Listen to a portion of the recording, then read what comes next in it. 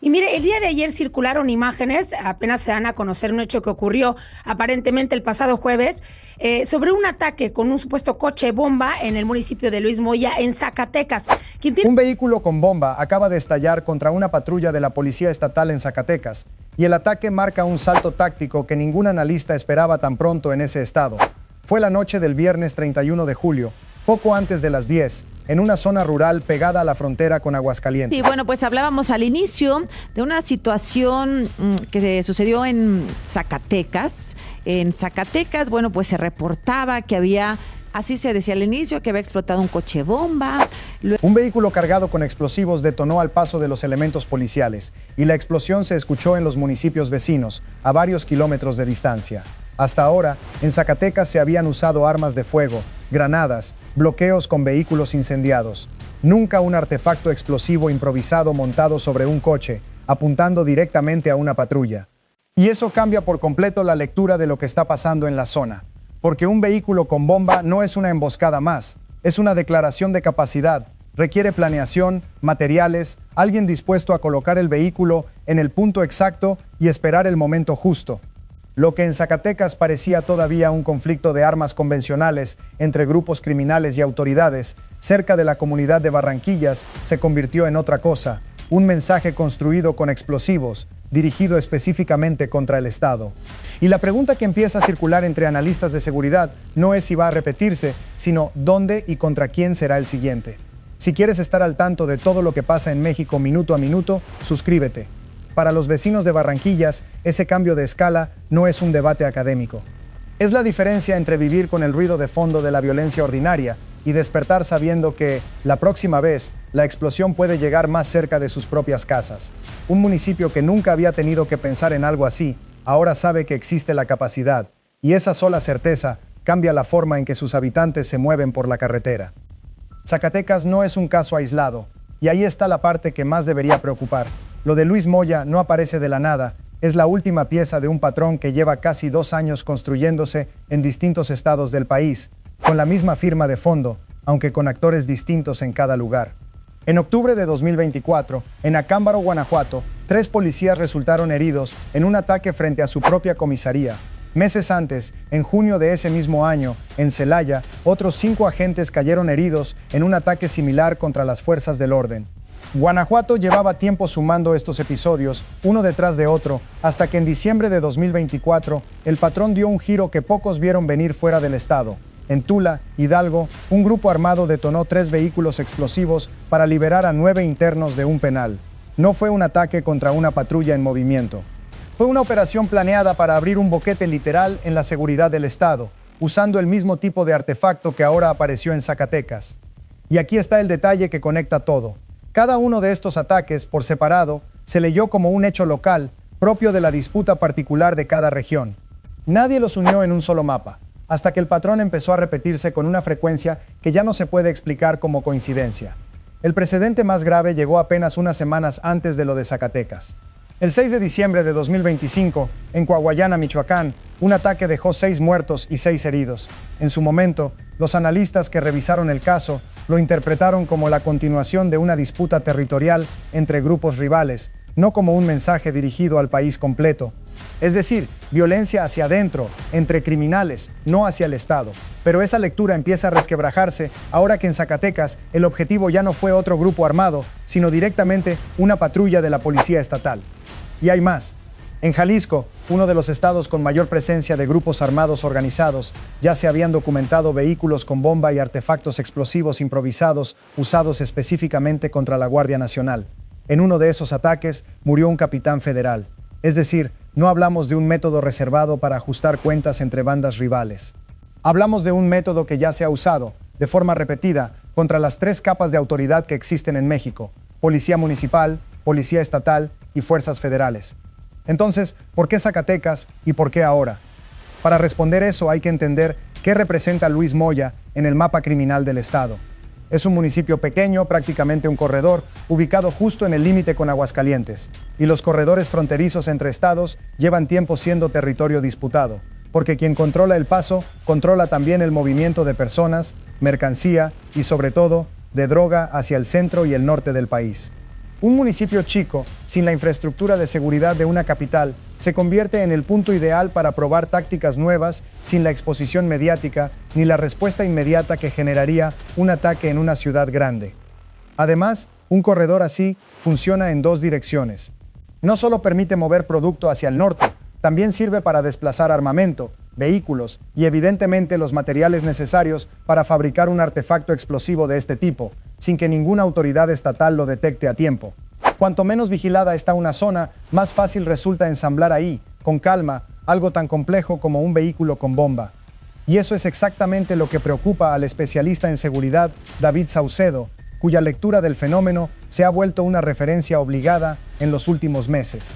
Su tesis es clara: métodos que hasta hace poco se consideraban excepcionales, reservados para operaciones muy puntuales de los grupos criminales más grandes y con más recursos, se están volviendo habituales en municipios pequeños, donde antes ni siquiera se pensaba que existiera la capacidad técnica para fabricar y desplegar un artefacto de este tipo.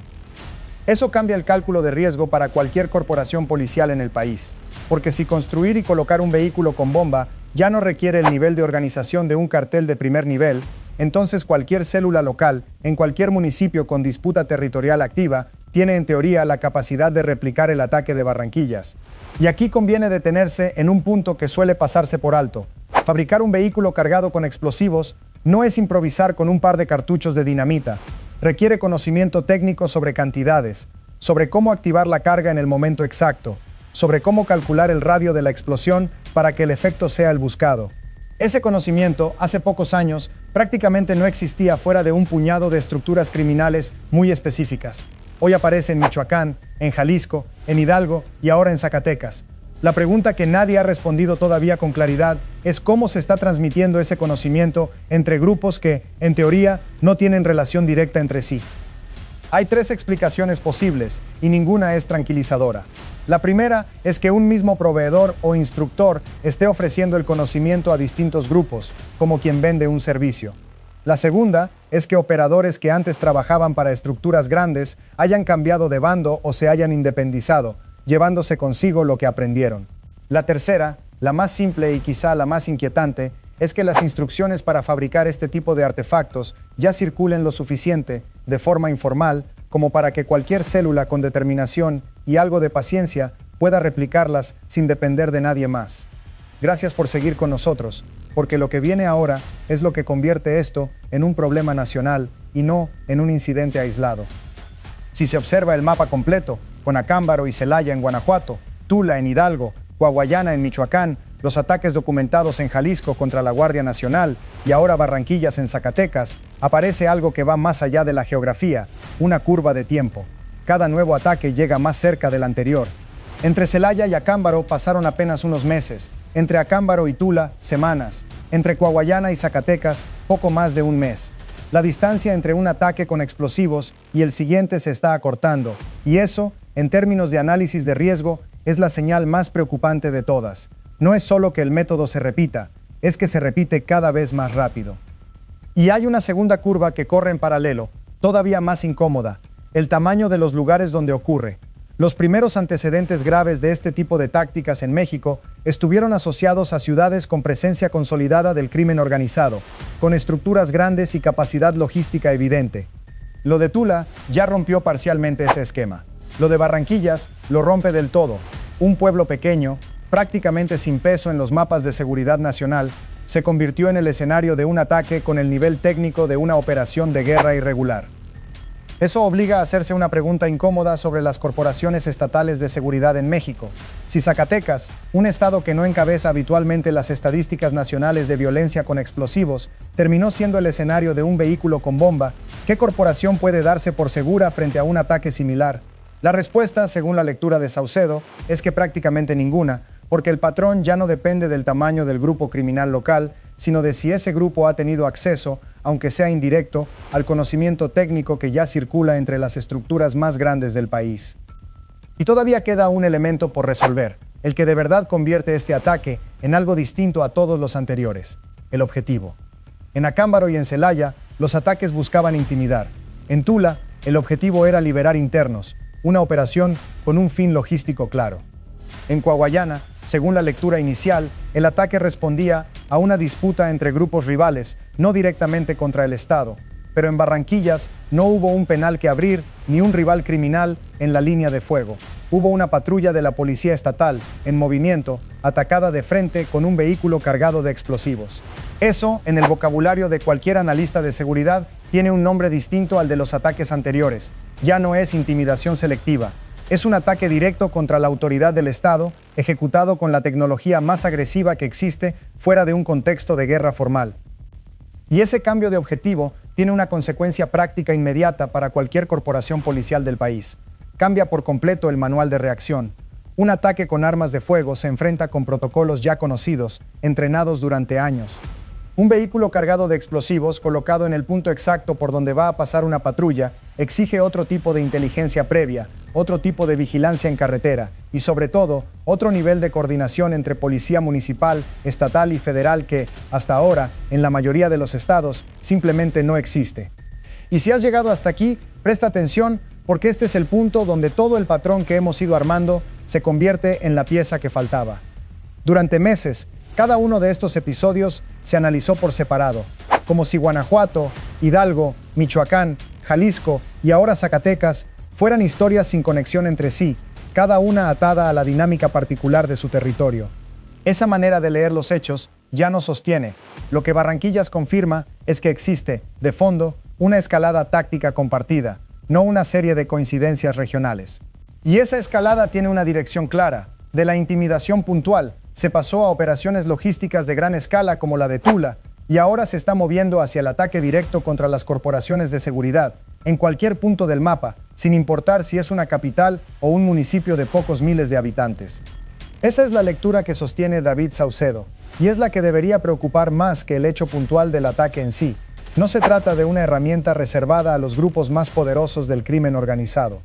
Se trata de un método que ya bajó a la escala local, que ya se transmitió entre estructuras que operan en estados distintos, sin relación aparente entre ellas, y que ahora forma parte del repertorio disponible para cualquier célula dispuesta a usarlo. El caso de Zacatecas todavía no tiene un saldo oficial confirmado de víctimas más allá del propio impacto del atentado, y las autoridades estatales no han detallado públicamente si hay detenidos o líneas de investigación abiertas sobre quién colocó el artefacto. Lo que sí queda confirmado, con el simple hecho de que ocurrió, es que la barrera técnica que antes separaba a los grupos criminales más grandes del resto del mapa ya no existe de la misma forma. Barranquillas, un punto que hasta el 31 de julio prácticamente nadie ubicaba en un mapa de riesgo nacional, pasó a formar parte de una lista que empieza a crecer más rápido de lo que cualquier corporación de seguridad estatal puede responder. Y esa es, en el fondo, la verdadera noticia detrás del estallido de Barranquillas. No es solo que un vehículo con bomba haya explotado contra una patrulla en un municipio pequeño de Zacatecas. Es que ese ataque confirma una tendencia que llevaba meses construyéndose en silencio, estado por estado, hasta volverse imposible de ignorar. La pregunta que queda abierta, y que ni el propio Saucedo se atreve a responder todavía con certeza, es cuál será el siguiente municipio en aparecer en ese mapa, y si para entonces las corporaciones de seguridad del país habrán encontrado, por fin, una respuesta a una amenaza que ya dejó de ser excepcional.